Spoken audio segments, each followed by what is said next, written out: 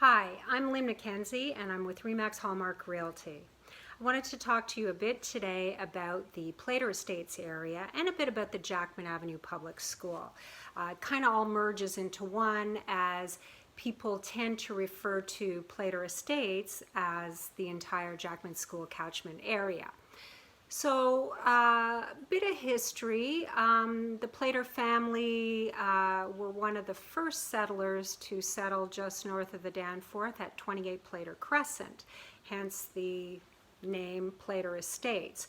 As they evolved and had children and their sons married, some of the streets took on the names of some of the sons' wives. Sue Ellerbeck married one of the Playter sons, and then the street became known as Ellerbeck. Jackman Avenue, one of the grandsons, married Mary Jackman. And I think, wouldn't she be surprised to know that a school and an entire area was named after her family name? The other important thing to know is the architecture in the area. For the most part, it's very Edwardian. If you're lucky enough to find an original one that has been restored, you'll have a wide porch, stained glass windows, and heavy wooden doors. Pillars often flank the front porch, and the front porches have become almost a way of life in the Playter Estates and the Jackman community. People tend to sit out on their front porch, talk to the neighbors, talk to people walking their dogs, watching their kids play in the streets, and believe me, there's plenty of kids in the area.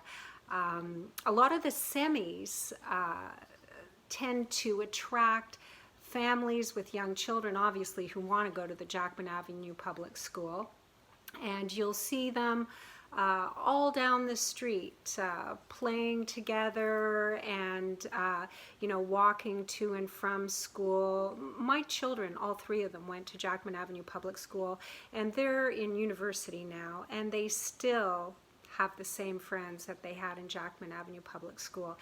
It's a real community. It has a really strong feeling and a really strong vibe, and I think that might be one of the main reasons a lot of families are attracted to this area. Of course, don't forget the 3 subway lines that are right there, which is definitely an added bonus because not all of the houses have parking.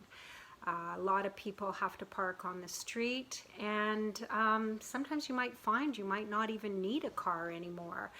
And if you're working from home, you definitely don't need a car. You could just walk 5 minutes down to the Danforth. There's plenty of shopping, grocery stores, fruit markets, great restaurants. I've lived in this area for a little over 20 years, and I've seen it evolve and change, and definitely prices going up. Most of the semis range a little over $1 million and can go up to $2 million and a bit more depending on the renovations that have been done. But make no mistake, it's definitely an investment. To buy in this area would be an investment for years to come. The proximity to the subway, the shops, the excellent school, the community, the neighborhood, all of these will add to your experience and your value of living in this area. It's definitely an investment worth looking at. If you have any questions about buying a home or looking at some homes in the area, feel free to email me at info@416.ca. Sorry, I got to correct that. info@remax416.ca. Or if you want to see the area, I'd advise simply jumping in the car, coming over, and looking around the streets. You won't be disappointed.